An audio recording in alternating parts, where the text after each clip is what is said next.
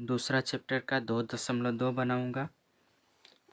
मैंने पिछले वीडियो में 2.1 बनाया था और जिसमें हल करना था, समीकरणों का हल करना था। ये रैखिक समीकरण चैप्टर है।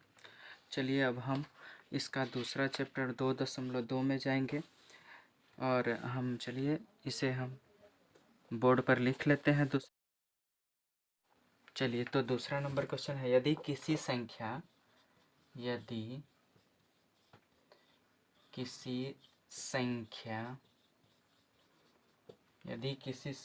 के आधे में से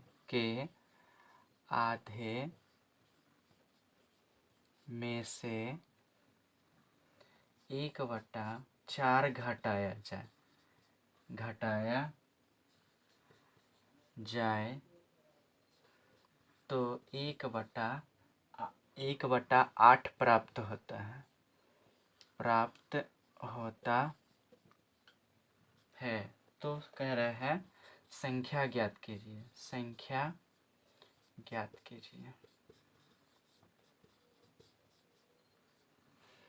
अब हम इसे बनाते हैं। यहाँ लिखेंगे हल और यहाँ कर, यदि किसी संख्या के आधे में से, तो किसी संख्या को हम यहाँ क्या कर लेते हैं, मान लेते हैं। यहाँ लिखेंगे माना कि संख्या बराबर, अरे किसी संख्या, तो कोई संख्या है, तो कोई संख्या को हम क्या कर लेते हैं, मान लेते हैं। माना कि संख्या बराबर कितना, x लिखेंगे। और अब लिखेंगे, क्या लिखेंगे, प्रश्न से। अब लिखेंगे प्रश्न से, तो प्रश्न में कह रहा है किसी संख्या के आधे में से, तो ये संख्या है और इसका अगर आधा लिखेंगे तो x/2 हो जाएगा। तो हम यहाँ लिख देते हैं किसी संख्या के आधे में से कह रहा है x/2 हो गया आधा, तो x/2 में से कह रहा है 1/4 घटाया जाए। इसमें से कह रहा है कितना घटा दिया जाए, 1/4 घटा दिया जाए, तो हमको कितना प्राप्त होगा घटाने के बाद, 1/8 प्राप्त होता है। तो 1/8 लिख देंगे। यहाँ लिखेंगे x/2 अब बराबर हो जाएगा 1/8 है इधर। और बताए थे कि जो चर पद होता है उसे बाईं तरफ रख लेते हैं, और ये चर पद को हम बाईं तरफ रख लेते हैं और अचर पद को दाहिनी तरफ कर देते हैं। तो -1/4 है, इधर आएगा तो +1/4 हो जाएगा। अब x/2 है तो x/2 ही रहेगा। अब बराबर हो जाएगा 1/8 और 1/4 को जोड़ना है, प्लस करना है, तो 8 और 4 का LCM लगेंगे तो कितना हो जाएगा, 8 हो जाएगा। 8 से अगर इसमें भाग देंगे तो 1 हो जाएगा। अब प्लस हो जाएगा, 1 को 1 से गुना करें तो 1 हो जाएगा। 4 से इसमें अब क्या करेंगे, 8 में भाग देंगे तो 2 बार में लगेगा। 2 को 1 से गुना करेंगे तो 2 हो जाएगा। तो 2 और 1 कितना हो जाएगा, 3 हो जाएगा। 3/8 हो जाएगा। इसका हो जाएगा 3/8। इसको अगर जोड़ेंगे तो 3/8 हो जाएगा। अब हम x/2 बराबर डायरेक्ट लिख देंगे 3/8, और यहाँ पे क्रॉस मल्टीप्लाई करेंगे। क्या करेंगे, क्रॉस मल्टीप्लाई, तिरछा गुना कर देंगे। इसको इससे गुना कर देंगे और इसको इससे गुना कर देंगे। तो 2 को 3 से और x को 8 से गुना करना होगा, तो 8x हो जाएगा। 8 को 1 से करेंगे तो बराबर 3 को 2 से तो 6 हो जाएगा। अब x बराबर 6 या बटा में हो जाएगा 8, तो दोनों कट जाएगा तो 2 से, तो 2 तिहाई 6 हो जाएगा, 2 चौका 8 हो जाएगा। तो ये कट गया, इसलिए यहाँ पे x बराबर आपका आ गया 3/4 हो गया। तो जो माने थे संख्या में x माने थे, तो x बराबर 3/4 आ गया, इसलिए संख्या बराबर हो जाएगा आपका 3/4।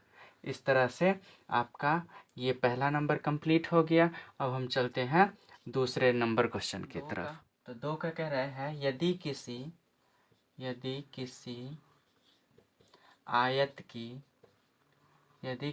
आयत की लंबाई और चौड़ाई का अंतर, लंबाई और चौड़ाई का अंतर 5 मीटर हो और परिमिति 110 मीटर हो,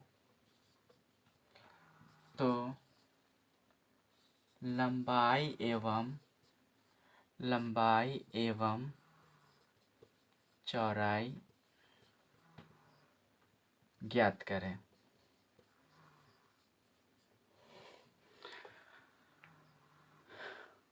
तो यहाँ लिखा हुआ है यदि किसी आयत की लंबाई और चौड़ाई का अंतर 5 मीटर हो और परिमिति 110 मीटर हो तो लंबाई एवं चौड़ाई को ज्ञात करना है।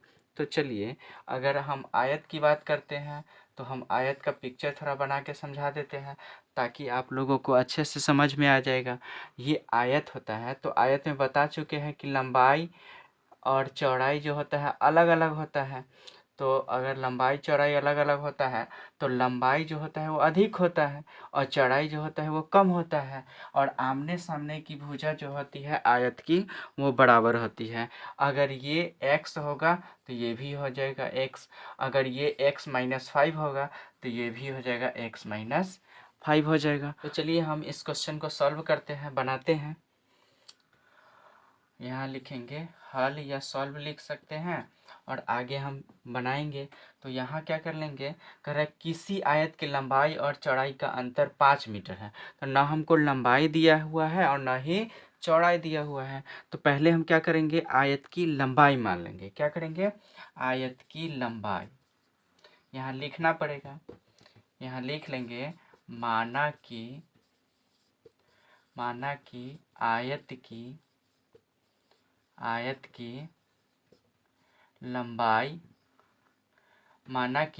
की लंबाई बराबर x मीटर। क्या मान लेते हैं, x मीटर मान लेते हैं।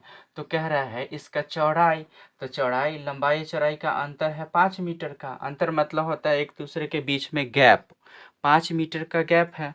तो ये गैप जो होगा, तो लंबाई अगर x मीटर होगा तो इसका चौड़ाई हो जाएगा इससे 5 मीटर क्या हो जाएगा, कम हो जाएगा। क्या हो जाएगा, कम हो जाएगा।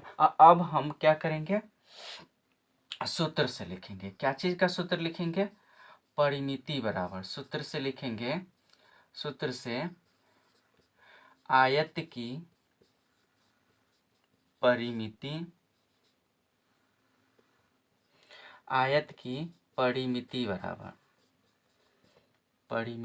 बराबर क्या होता है, 2 इंटू लंबाई प्लस चौड़ाई होता है। ठीक है, तो इस सूत्र पर जाएंगे। तो इस सूत्र में आप क्वेश्चन में भी देखिए दिया हुआ है कि आयत की परिमिति 110 मीटर है। तो यहाँ आयत की परिमिति बराबर 110 लिख करके अब बराबर लिख देंगे 2 इंटू लंबाई प्लस चौड़ाई। तो लंबाई है x और प्लस चौड़ाई है x-5। तो 110 बराबर हो जाएगा 2 इंटू एक्स और x को जोड़ेंगे तो हो जाएगा 2x और माइनस हो जाएगा 5 हो जाएगा। अब क्या करते हैं, 110 अब बराबर लिख देते हैं, 2 को 2x से गुना करेंगे। क्या है कि बता चुके हैं इस तरह का अगर ब्रैकेट में रहता है तो बीजगणित का गुना कर लेते हैं, बीजगणित का इसमें गुना हो जाएगा। तो 2 दूनाई 4x हो जाएगा और -5 को 2 से गुणाएंगे तो माइनस कितना हो जाएगा, 10 हो जाएगा। ये -10 अगर इधर आ जाएगा तो 110, अब माइनस में है तो इधर आएगा तो प्लस में हो जाएगा 10, बराबर हो जाएगा 4x।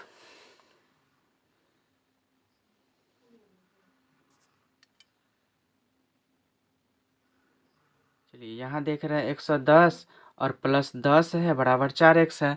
तो यहाँ आगे लिखेंगे 110 में 10 जोड़ देंगे तो कितना हो जाएगा 120। हम क्या कर लेते हैं, इसे आगे लिख देते हैं 120।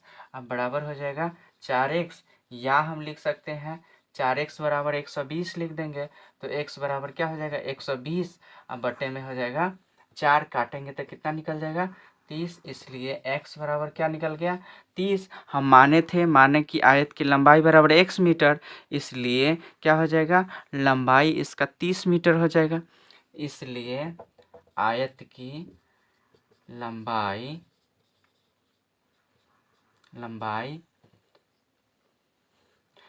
बराबर हो जाएगा 30 मीटर। और इसका चौड़ाई कह रहा है इससे 5 मीटर कम है, x-5 दिया हुआ है। तो क्या करेंगे, इस तथा इसकी चौड़ाई बराबर क्या है 5 मीटर, इससे कम है, x-5 था तो 30 माइनस क्या हो जाएगा 5 मीटर हो जाएगा, तो 30 में से 5 घट जाएगा तो कितना हो जाएगा, 25 मीटर आपका ही आंसर हो गया। इस तरह से आपका दूसरा भी कंप्लीट हो। चलिए तो अब हम तीसरे क्वेश्चन को बनाते हैं। तो पहले बनाने से पहले हम तीसरा नंबर क्वेश्चन को क्या कर लेंगे, यहाँ पे लिख लेंगे। चीनी के मूल्य में 25%, चीनी के मूल्य में 25% की वृद्धि होने पर, वृद्धि